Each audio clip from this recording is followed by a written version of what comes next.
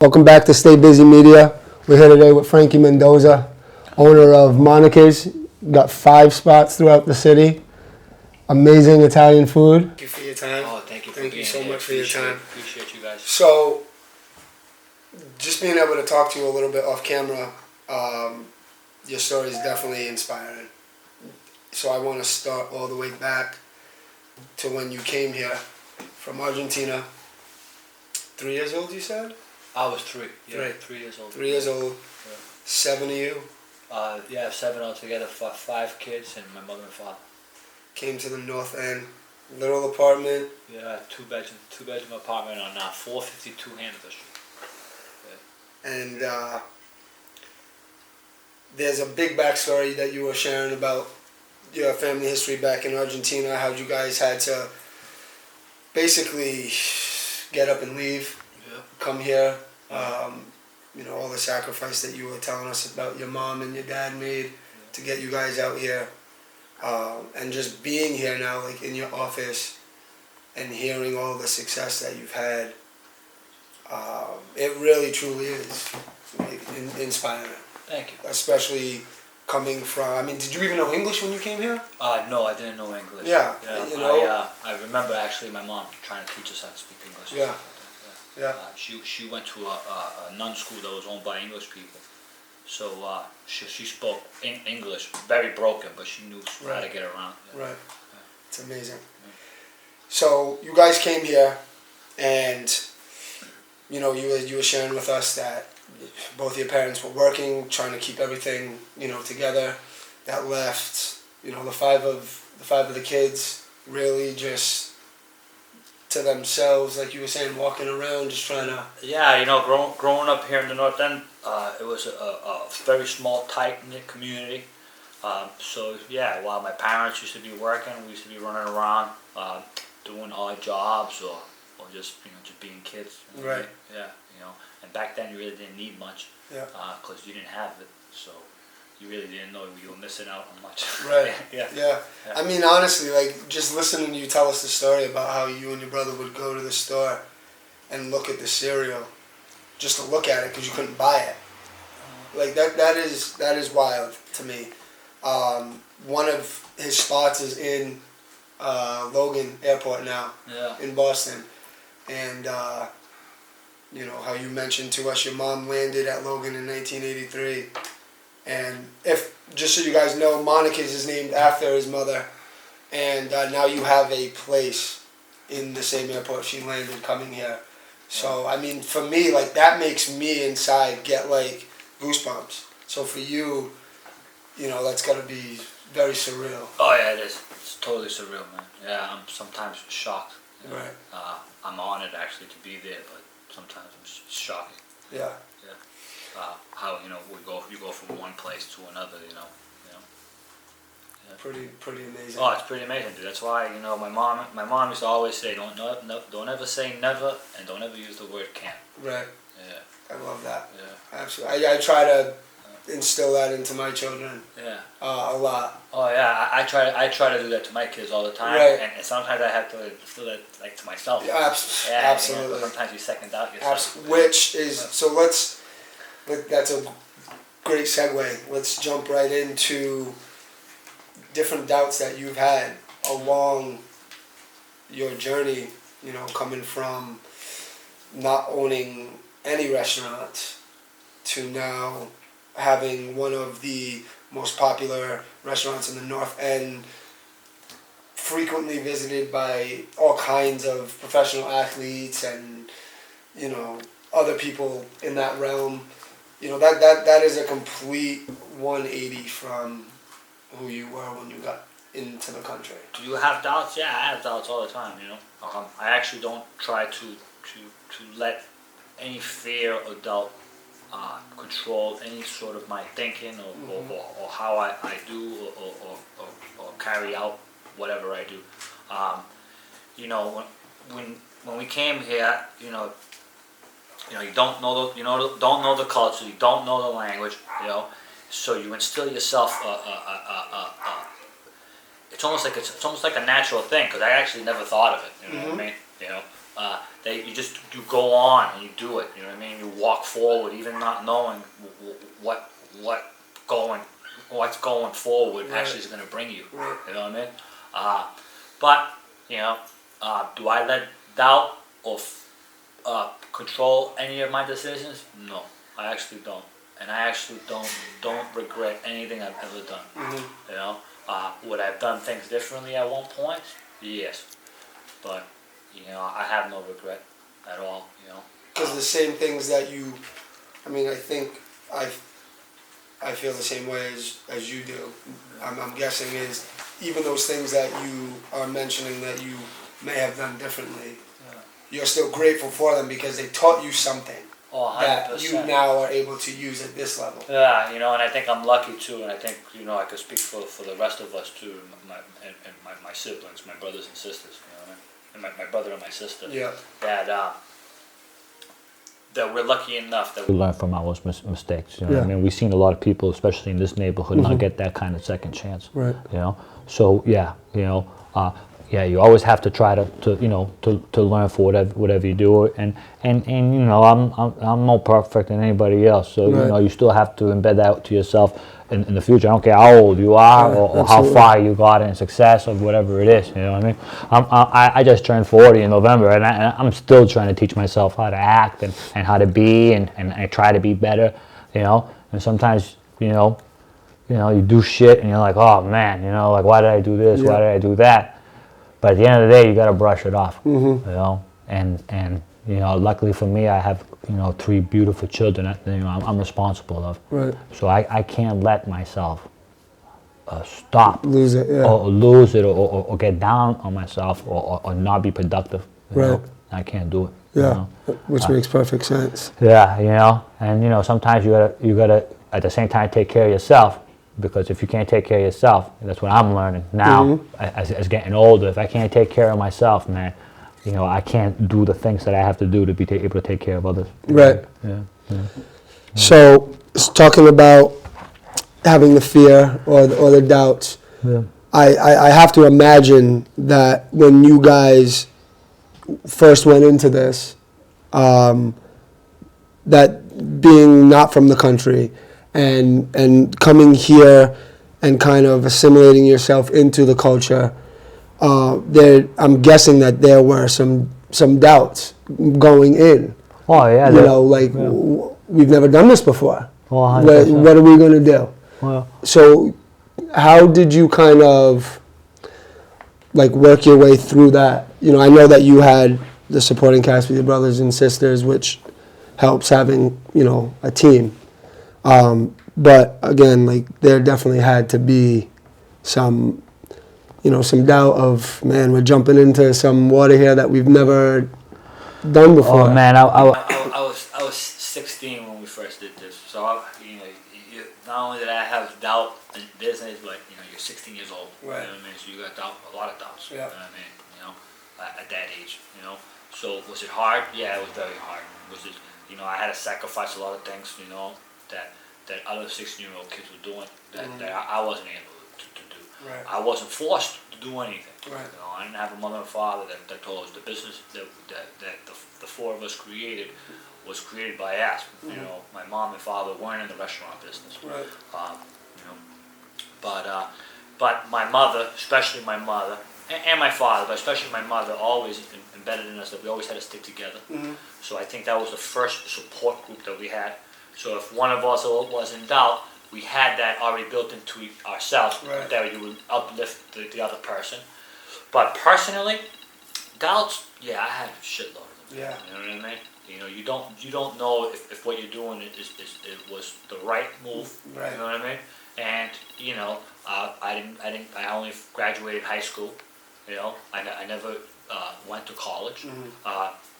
Do I regret not going to college? Not really. Right. You know what I mean? Would I've done it if I was to be able to do it again? I would have went. Yeah. Yeah, because I love knowing shit. You know Right. what I mean? So but but there was times, dude. There was times that you be working 40+ hours. You're not making the kind of money that you thought you'd be making. Right. You know what I mean? So at that point, yeah, you get into a fight with your brother, or you just have a bad day. Yeah. This business. The one thing about this business that's really, really hard is that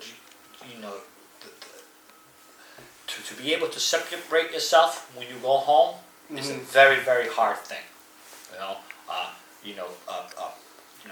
That's one of the hardest things that I have to deal with. You know what I mean? Sometimes when I go home, I can't leave my job Right. outside the door. Right. You know what I mean? Because this job, right, especially right now, when we were kids, it was a little bit different. I was 16, 25. Right. We used to close on a Friday night to go to a concert. Right. You know what I mean? Because we didn't care. You know what I mean? We wanted to go to the concert, and we were the only ones that worked there. Right. You know what I mean? So we were like, screw this, man. We want to go to the concert. You know what I mean? But now, you're not a kid anymore. You know what I mean? And this is how I support my family. This is how I get my health insurance. How I pay my mortgage. This is how anything that I need, anything that I want, this is how I get out of it. So sometimes when you go home, it's hard to separate yourself. If you had a bad day, or if you have what, you're bringing that stuff at the Absolutely. house. Yeah, which that's just the toughest. Yeah.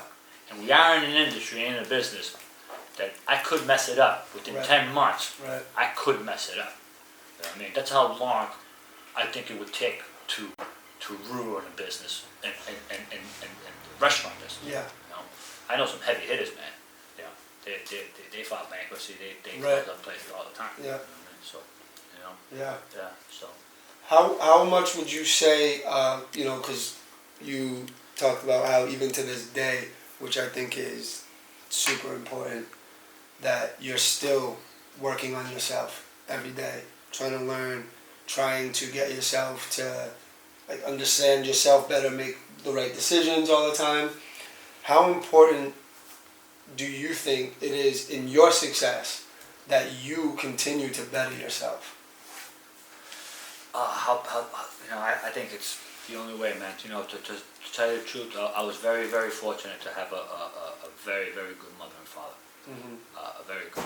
My mother and father were great, and they taught us a lot of things. And one thing they taught us is to believe in God, and I pray to God all the time to make me a better person, and to try hard, and I'm not even ashamed of you, because I'm telling you, I could be the worst of them. Right. You know what I mean? But I'm trying to be the best that I could be.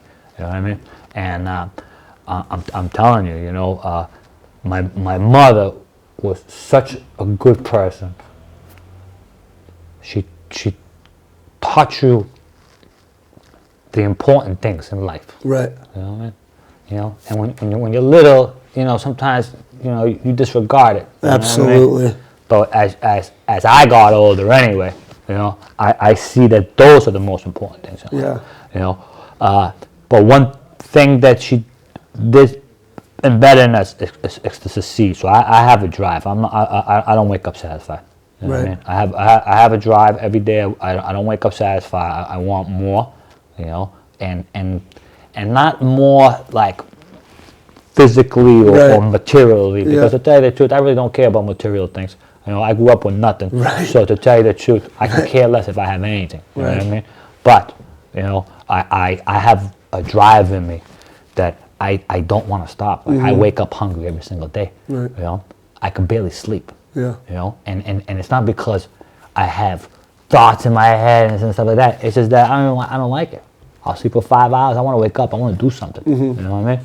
So that's what I'm telling you. Every single day I try to do something, and I'm always thinking about stuff to do. I love it. The enjoyment that I get from being able to create what we created. So I have the ability to do sometimes whatever the hell I want. It's, for me, that's what success is to me. You know what I mean? Because the money is like oxygen. Right. You need it to breathe. Right. You know what I mean? But to be able to say, I want to do this one day, You know, I'm telling you, we were talking about a mural that I'm going to be painting. Yep. You know, that I enjoy that. For me, that's like huge. Yeah, it's like, you know, that's like you know, when I did the mural in the alley for the pizza place, for the market, right? That's like my artwork. That's like my picture that I bought. Yeah. You know what I mean? You know, and I have artwork in my house. You know what I mean? But that's artwork that I can show everybody I have. Right. You know what I mean? I can let everybody enjoy. You know, and you got to see the amount of people who take pictures in front of it, who admire it, and I get enjoyment in just that. Right. You know, I'm telling you, you know, I think I'm happy that I was born, and I was raised in a time we didn't have cable television. Yeah. We couldn't afford video games. A Nintendo, the first one was ColecoVision. There was ColecoVision, Atari. Yeah. You know, I couldn't afford that stuff. We didn't even know where to buy it. That was even like the crazy part. We didn't even know where to buy that stuff. You know what I mean? So, you know, and I'm happy I grew up here, man. I love Boston. Yeah. Yeah, Boston has this like blue collar, hardcore, like, you know, I'm not gonna give up kind of attitude. You know, and I'm telling you, you know, these neighborhoods were tough. The North End was tough. You know, Somerville, Charlestown, South End, Roxbury, Dorchester. When we grew up, Mattapan. Yeah, these neighborhoods were tough. Yeah. You know what I mean? They were tough neighborhoods. You know what I mean? With tough kids. You know, there's a lot of kids. Yeah. You know, and not necessarily bad kids. Right. We were just hungry. Hungry for life. You know what I mean? We wanted the best and the most. And you know, I'm telling you, not only do I feel successful, I feel like I'm a survivor. Right. You know? And Absolutely. I remember one day a friend of mine told me, you know, you're the definition of the American dream. And I told him, I said, Joey, how can you say that to me? I said, I appreciate you saying that to me. I said, you know, I realized it. I said, but how can you say that to me when me and you grew up on the same block? Right. You know? So we both had the same fucking opportunities. Right. You know what I mean? You know? But has this country been great to me and my family? 100%. Yeah. I tell you. And where I'm from, and it's family, country, and God. Yeah. I tell you, I love America. You know, I am an immigrant. Right. I mean, I'm always going to be from South America. Mhm. I'm always going to be South American. You know, I'm always going to be Argentinian for the rest of my life. But now I'm American, and I'll die in America, and I'll die in America. Yeah. Yeah, I love this country. It's amazing. Yeah, I love it. I'm telling you, I love this country so much. Yeah, the opportunities you have here, Right. you don't have them anywhere else in the world. Right. Yeah? And it's like a mother who lets in orphans. Got it. You know Yeah. what I mean? And I'm telling you, it's been great to my family, and great to my family, great to my Right. mother and father. Right. Yeah, great people. So, I got two things in my mind about Lost. Your story, like you just touched on, the American dream. Yeah. Granted, you were blessed to have your mom and your dad. Yes. Some people don't. Oh. However, there are people that are so far ahead just by their birthright, having two parents living in a certain town, having this opportunity, that opportunity, yet they still will swear on everything that they had no opportunity.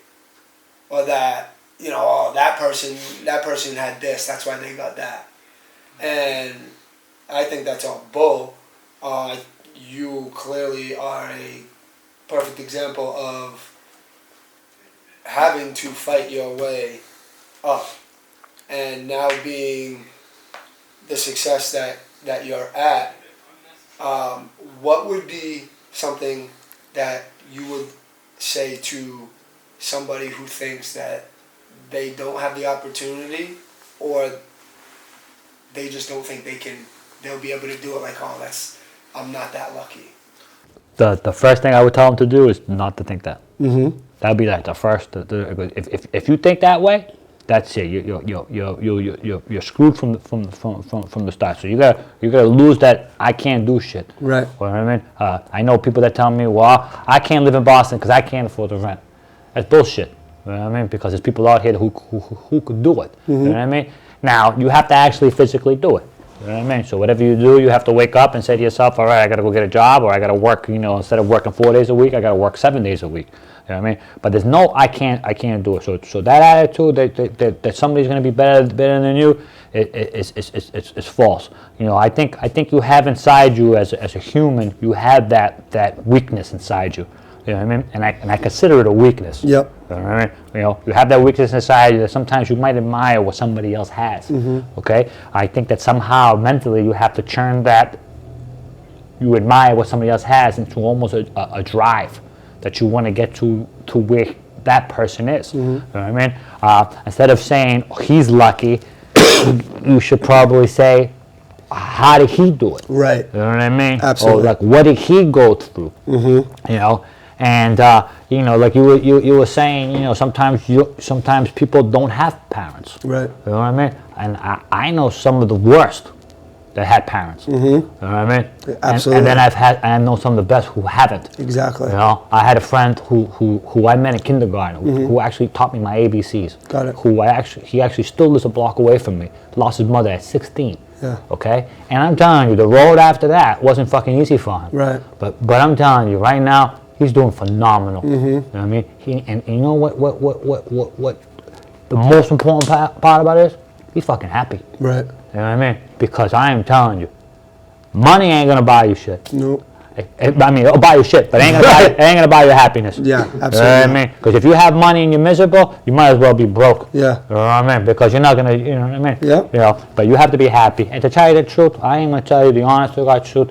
I think the one thing, now that we're talking about, the one thing that I'm searching for is happiness. Yeah.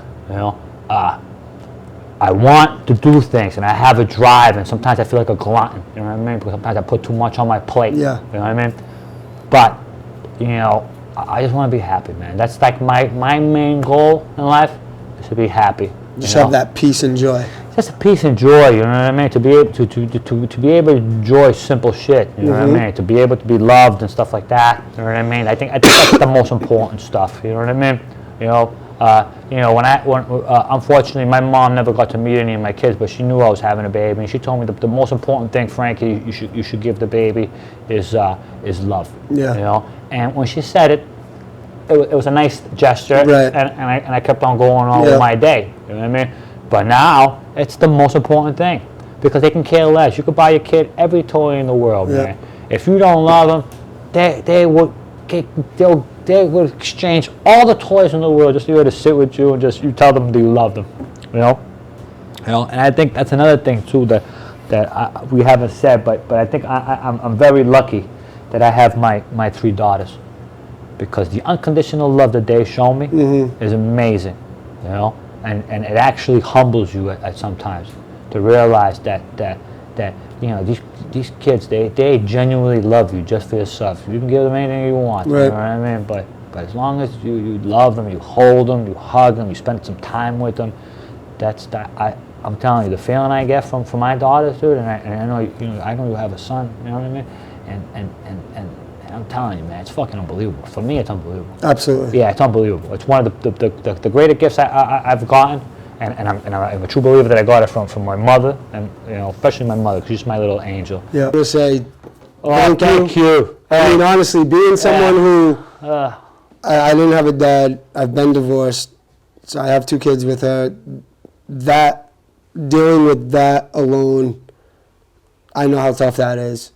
Then the situation with your mom, like, you are really an example of having the deck against you and making it through. Thanks, so, man. I appreciate you saying that. I really appreciate your time. Yeah, thank you. I appreciate you coming, man, and I appreciate you saying that, because that means a lot to me. I really appreciate it. And it's not done, cuz. Right. Yeah. I'm gonna keep on going, and I'm gonna have a lot of hurdles, hopefully less than before. Yeah. So there you go. We'll wrap with that. Remember, stay busy, never stationary, and watch out for the next episode.